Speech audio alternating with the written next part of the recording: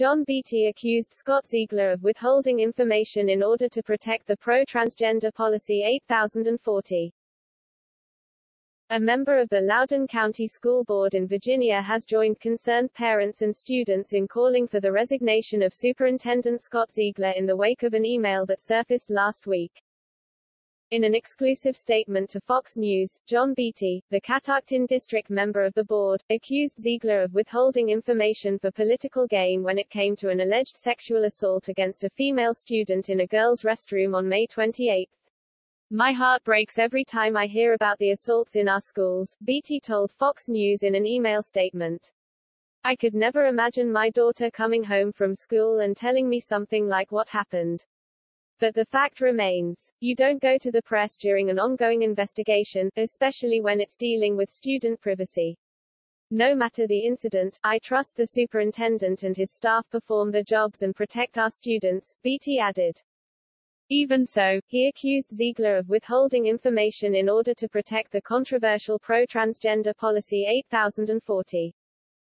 "I believe no updates were given because the superintendent was working to aggressively pass a policy that would have allowed unrestricted access of biological males to female restrooms," Beatty wrote. "He didn't provide information because if it came out that there was an assault in the bathroom, the transgender policy wouldn't have passed." The board member noted that he did not get a full picture on what happened until just a few weeks ago. "I demanded a full investigation," Beatty noted. "And now our superintendent must resign immediately. Withholding information for political gain is unacceptable and disqualifying. Stay in the fight," he concluded his message by encouraging concerned parents and students. "So parents and students, I hear you all, I'm standing with you, and I will continue to fight for you," Beatty wrote.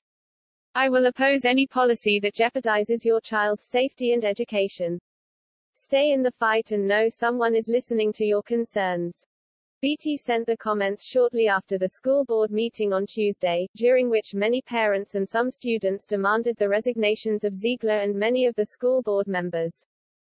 "You have buried a sexual assault to protect your precious 8040 policy," Carrie Michon, a grandmother of Loudoun County children, accused the school board, referencing a pro-transgender policy. "Every last one of you, resign."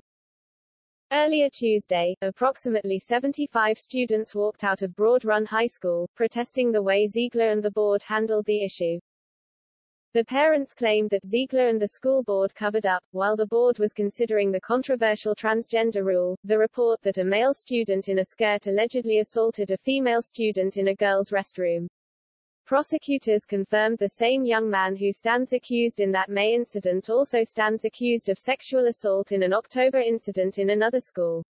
After the first incident on May 28, Ziegler sent an email to the school board, saying, "This afternoon a female student alleged that a male student sexually assaulted her in the restroom."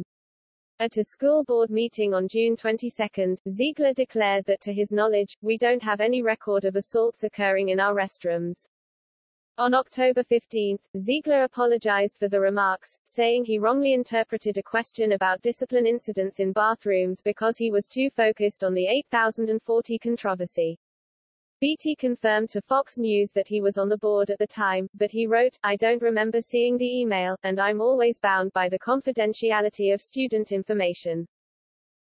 The school district has denied allegations of a cover-up. School spokesman Wayne Byard told Fox News on Monday that the school district reported the alleged assaults to the sheriff's office immediately on May 28 and October 6. Byard noted that Ziegler notified the board, but because the nature of the incident was still under investigation, the report could not be released to the general public at the time. The Commonwealth's Attorney's Office released a statement Tuesday, addressing the May 28 incident. Loudoun County Juvenile and Domestic Relations Court Chief Judge Pamela Brooks found the evidence presented yesterday to be sufficient to sustain 2 charges of sexual assault, the statement said.